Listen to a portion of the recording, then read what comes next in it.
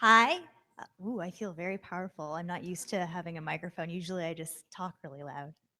I'm Lauren Tarte, Suzanne Halvorsen. We work for the MTA, and this is an actual real MTA project that we worked on at work.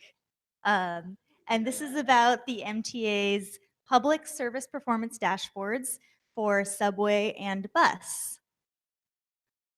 So I'm going to start this story back in the first half of 2017. Some of you may remember it was not a super great time to be the MTA. There were a lot of problems, let's say. And what this came down to was our governor generously declaring a state of emergency for the subways. And that really brings us to one of the crucial elements we needed to make this public dashboard actually happen.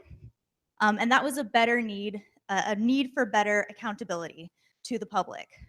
And so shortly after we had the state of emergency declaration, our chairman, Joe Loda, announced that we were going to build a dashboard in 60 days in this internal memo, which was news to some of us. Um, the next thing that we need to make a dashboard measuring our public subway service performance what is good AVL data. Some of you may remember this article from The Atlantic from back in 2015 about why we don't know where all of our trains are. Hooray, we know where all of our trains are. And that's thanks to an effort that was begun in late 2016 to install Bluetooth beacons throughout the lettered lines. And the purpose of that project was really to provide passengers with real-time arrival information. As a side benefit, we also got really good data that we'd never had. It's okay. Data that we'd never had before, shall we say. So, crucial events leading up to where we are now. We had all of our AVL data by early 2017. In June was the state of emergency declaration, and then shortly after, the dashboard announcement. The other thing was happening all along at the same time was a lot of internal research on how to measure subway performance in a way that's meaningful to passengers. So we were looking at what other systems were doing around the world.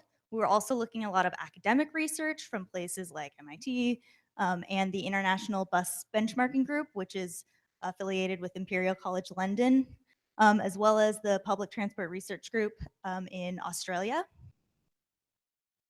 Simultaneously, there is some external pressure for us to report on our performance in ways that were more meaningful to passengers from advocacy groups like Transit Center and the Permanent Citizens Advisory Committee.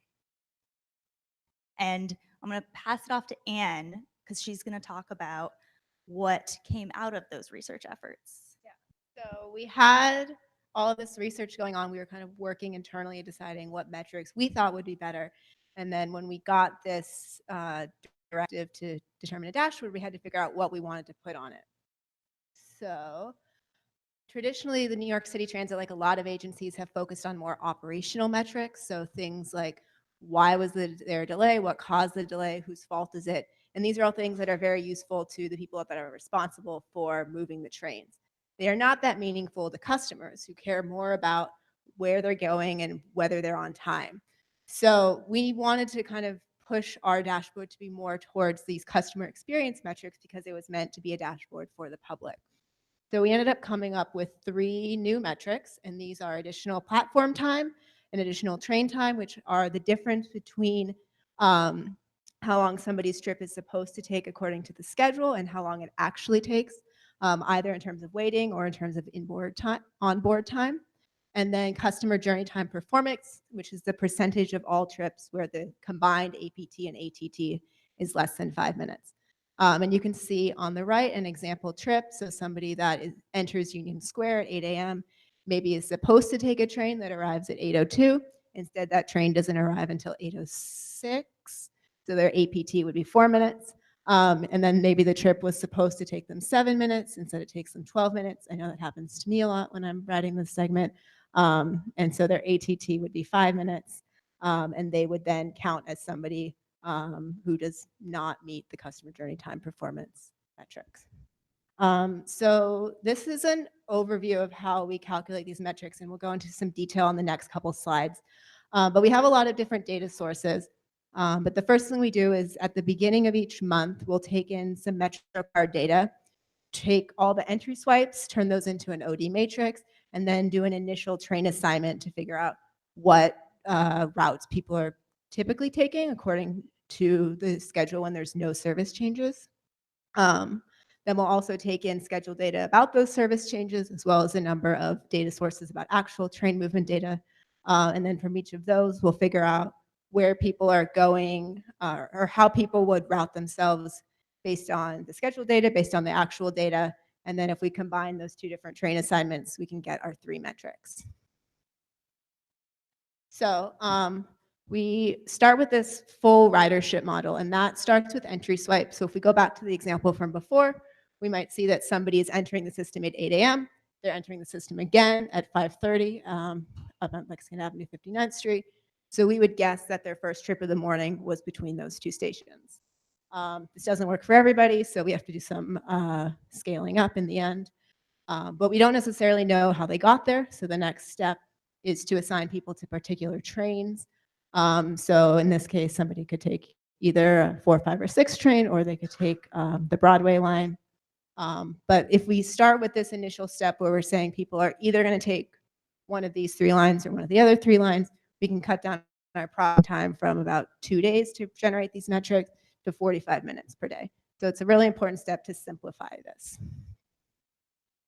So once we have the typical route that somebody takes, we will do every day a daily train assignment model where we figure out which trip is estimated to take them the fastest. We don't assume that people will know exactly how long the trip actually takes because nobody knows when they might encounter a big delay. But then we just run this twice. And this part is really the key piece of our process and what was new to this. So we wanted to have this kind of simplified ridership model that we could use every day. It does still account for denied boardings. It accounts for unplanned transfers where you might ride the 4 and then transfer to a 6 train to get around a big delay. It lets you take trains that are rerouted onto your quarter. And then we also take different data problems or closed stations into account to make sure that everything's accurate. So finally, with those two, we just subtract and we get our metrics.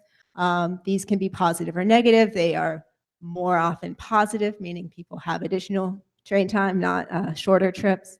And then we can aggregate them over any subset of trips that we want. So we report monthly data at the line level, but internally we might look at only trips that we think were affected by a particular incident, trips on a particular day, or some subset of lines, something like that.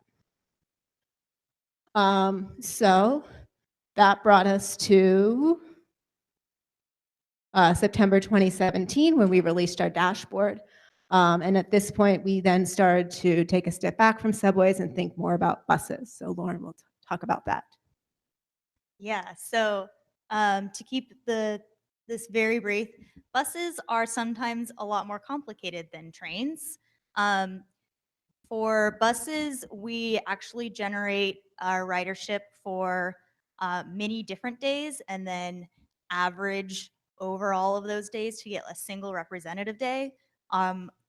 Our bus data is in some ways more imperfect, and so we use those. And there's also more day-to-day variation in ridership patterns among bus riders. So that's why we use many days to get our input demand OD matrix. There's also a number of unique characteristics within our assignment model. So if buses randomly arrive to a stop at the same time, that doesn't happen with trains, passengers are then randomly assigned to one of those buses. For buses that go out of service, we assume that those passengers had perfect knowledge and waited at their origin stop for the next bus. We also have cases where we lose data on a bus halfway through its trip. So we remove those passengers actually from the calculation entirely so they don't count for or against the metrics. And then for the cases where passengers have the option of either local or limited trips, if passengers are assigned to a local bus as their scheduled trip, we assume that they can take either. But if their scheduled trip is a limited, we assume that they are willing to wait for the limited. After we developed this for the subways, we started thinking about doing the same thing for buses. And originally, when we developed this for subways, we used Microsoft Power BI for our front end. There were a couple of reasons for that. We had that 60-day deadline. It ended up being a little bit longer than 60 days because you can't just unveil a dashboard on any old day. You need to do it on a day when there's a board meeting. The pros of Microsoft Power BI was we already had a license. In the non-tech world, Microsoft is the default for everything. So probably your big company already has a license for a lot of these products. You can do it, you can develop a dashboard without knowing any web programming. And because it's an off-the-shelf tool, you can go from nothing to have something ready to roll out pretty quickly. However, we had some challenges along the way. There was a lack of design flexibility. So we had a lot of features and functionality we really wanted to implement that we couldn't do with Power BI. We also couldn't develop a mobile version with the version of Power BI that we had. We had to buy a fancy upgrade. And then there were a lot of communication issues along the way. So the original front end was a collaboration between our team and IT. These are two different teams. They live on two different floors. They have different priorities, different work styles, and different existing knowledge bases. So we decided to go in a different direction when we built the bus dashboard, and we designed a custom front end in-house from scratch using entirely open source software tools. This helped us incorporate all those new features that we wanted. It was mobile compatible from the start. And the team that we worked with already had experience with a lot of these tools already and already had experience doing agile development process as well. This is a brief overview of how data gets from raw data to being on the dashboard. I'll try not to go over this in too much detail. The data research development team in the blue on the left, that is our team. We get all these raw data sources and we process them, do whatever algorithms we need, all of the steps that Anne just described.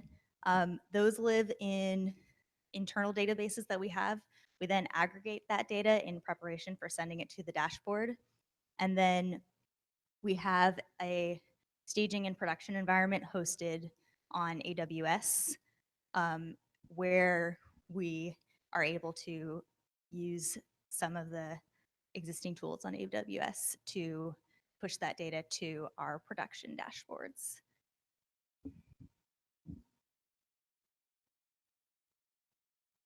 Okay, so as Anne said, in September 2017, we rolled out the subway dashboard. The bus dashboard followed in March of 2018 with its shiny new front end. And then the subway dashboard we redesigned in October of last year, copying the new front end that we had used for the bus dashboard.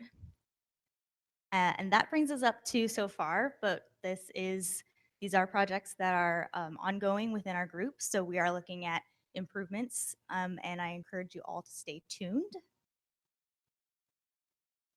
And we'll do a very brief demo so you can see, but if you're bored, maybe you typed these into your phone already and have been looking them up as I've been talking. So this is the subway dashboard. The bus dashboard looks very similar. But you can, for example, look at additional train time and say, I took the A here, so I could look at what the A's ATT is. Then I could say I came here in the peak, so I could restrict it to peak periods. So my trip here probably took almost 2 minutes longer than it should have. It was a pretty good trip today, so I don't know if it was that long, but you can, plug in your trip, anything you like. We have other metrics on here too, such as the number of major incidents by category. So this is the number of incidents that delayed at least 50 trains. We have the percent of service that ran in the peaks compared to what was scheduled to run. And then we also have some of those older metrics that we mentioned, like on-time performance and weight assessment. And these go back much farther, so they're interesting in that regard. The bus dashboard is very similar, but rather than selecting a particular route, right now they're restricted to looking at the borough level, though you can also select the type of bus that you're most interested in. But we encourage you to look at these on your own time because they are entirely public. You can even download the data by clicking that little arrow in the corner.